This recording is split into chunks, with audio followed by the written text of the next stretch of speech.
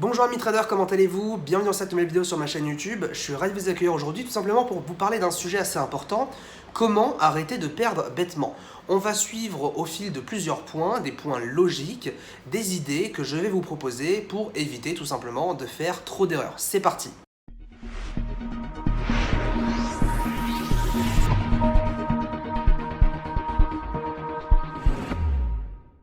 Alors effectivement, pour la plupart des traders débutants qui vont s'initier au marché financier, les premiers trades peuvent être assez catastrophiques. Pourquoi? Tout simplement parce que les premières pertes, on ne va pas les comprendre. Elles sont assez frustrantes.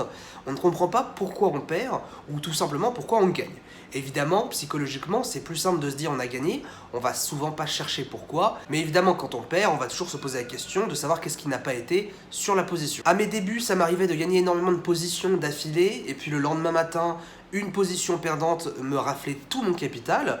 Alors pourquoi et comment? Mon idée elle était simple, plus je tradais longtemps sur la journée, plus j'engendrais des bénéfices. Vous en doutez bien, c'est complètement faux. Il faut comprendre une chose extrêmement simple, nous ne sommes pas maîtres du marché. Ça veut tout simplement dire que lorsqu'on va rentrer en position, nous n'avons pas la force concrètement de faire bouger le marché. Le marché évolue selon la loi de l'offre et la demande. Parfois, le marché peut monter car il n'y a pas assez de vendeurs, et inversement, le marché peut baisser parce qu'il n'y a pas assez d'acheteurs. À partir de ce moment-là, il va falloir adopter une stratégie extrêmement simple. Un bon trader va tout le temps trader en fonction du contexte. Alors qu'est-ce que le contexte? Eh bien, je vais vous le montrer sur un exemple. Si vous faites par exemple de l'intraday sur le DAX, vous avez un taux de réussite de 70%, admettons, vous ne serez bien évidemment pas tout le temps rentable à 70% du temps. Pourquoi? Parce que tout simplement, par moment, lorsque vous avez un range par exemple, vous n'allez pas avoir les mêmes probabilités de gain que d'habitude. Et effectivement, il faut comprendre pourquoi à un moment donné, nous avons l'apparition d'un range. Un range, comme vous le savez très bien, c'est tout simplement un marché qui va être en hésitation et qui ne va pas avoir assez d'acheteurs ou pas assez de vendeurs pour faire pencher la balance. La stratégie du day trader en question sur notre exemple va peut-être être rentable à 40%, voire même 30% du temps lorsqu'on a un contexte de range. Et à côté, lorsque nous sommes dans un marché convergent, on va peut-être monter à 70, voire même 80% de taux de réussite. Qu'est-ce qui a changé? Tout simplement les bonnes conditions de trading. C'est pour ça qu'idéalement, il faut bien évidemment s'éloigner des marchés lorsqu'ils sont en indécision et privilégier toujours des marchés qui ont du potentiel et une convergence totale. Je vais vous prendre un dernier exemple par rapport au casino, plus particulièrement le blackjack. Pour ceux qui ne connaissent pas ce que c'est le blackjack, c'est tout simple. Vous êtes deux joueurs, vous et la banque. Alors vous pouvez bien évidemment jouer à plusieurs, mais dans cet exemple, on va se focaliser uniquement sur nous et la banque. Vous avez deux cartes pour commencer, la banque aussi, et votre but, c'est d'ajouter une carte pour ne pas dépasser 21. Imaginons, je tombe sur 10, je pioche ensuite 5, donc j'arrive à 15. Idéalement, la prochaine carte que je dois tirer doit être égale ou supérieure à 6. Vous avez la possibilité à chaque fois de décider si vous ajoutez une carte ou vous en restez là.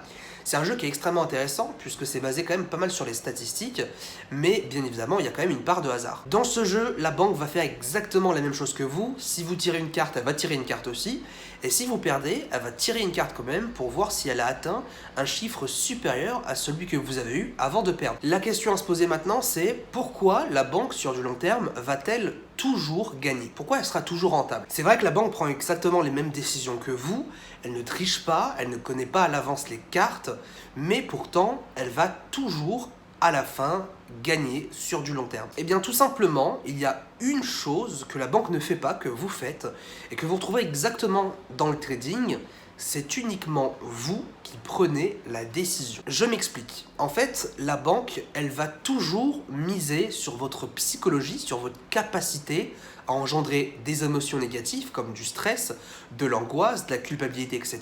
La banque va toujours miser contre vous, contre votre psychologie. Étant donné que vous êtes toujours le seul à prendre les décisions, la banque n'a plus qu'à vous suivre. Ce qui fait que lorsque vous avez un coup d'euphorie et que vous voulez ajouter une carte, alors que clairement, par exemple, vous êtes à 18, qu'il vous faudrait un 4 au maximum pour gagner, la banque est quasiment sûre, elle, de remporter la main. Pourquoi? Parce qu'elle va vous suivre et dans tous les cas, vous allez faire l'erreur. En trading, c'est exactement pareil. Si vous tradez avec une méthodologie qui est trop complexe et qui demande beaucoup trop de décisions à la minute à prendre, vous serez largement perdant si vous n'avez pas assez de connaissances sur les marchés financiers. J'en avais parlé dans une précédente vidéo, trader comme un robot s'avère pour les débutants et les novices être la meilleure option de trading, tout simplement parce que nous ne prenons pas de décisions aléatoires, mais plutôt nous suivons une stratégie fixe avec des règles fixes et des critères fixes.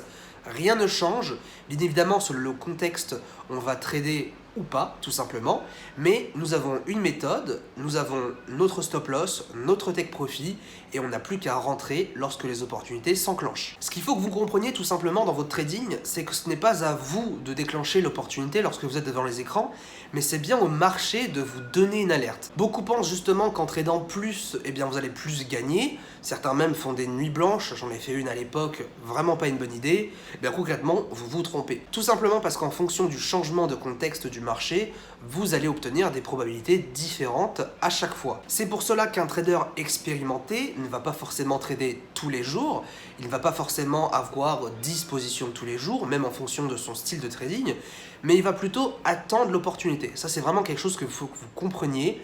Ce n'est pas, encore une fois, à vous de déclencher les opportunités. Vous avez votre marché, vous avez vos indicateurs techniques, vous avez votre stratégie, et en fonction de celle-ci, vous allez devoir patienter, attendre un setup correct pour pouvoir commencer à positionner, et par la suite, lorsque tous vos indicateurs vont déclencher une position, c'est à ce moment-là que vous allez rentrer sur les marchés financiers. Et surtout pas le contraire.